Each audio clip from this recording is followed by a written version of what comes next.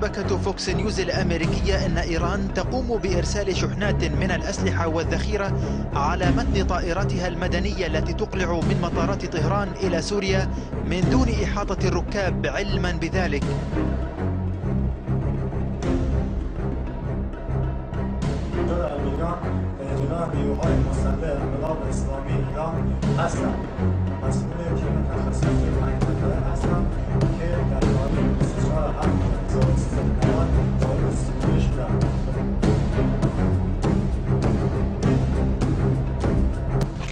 عند انشقاق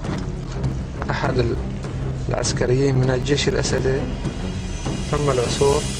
على قذيفة إيرانية، وهذه قذيفة فراغية تضرب بها المنازل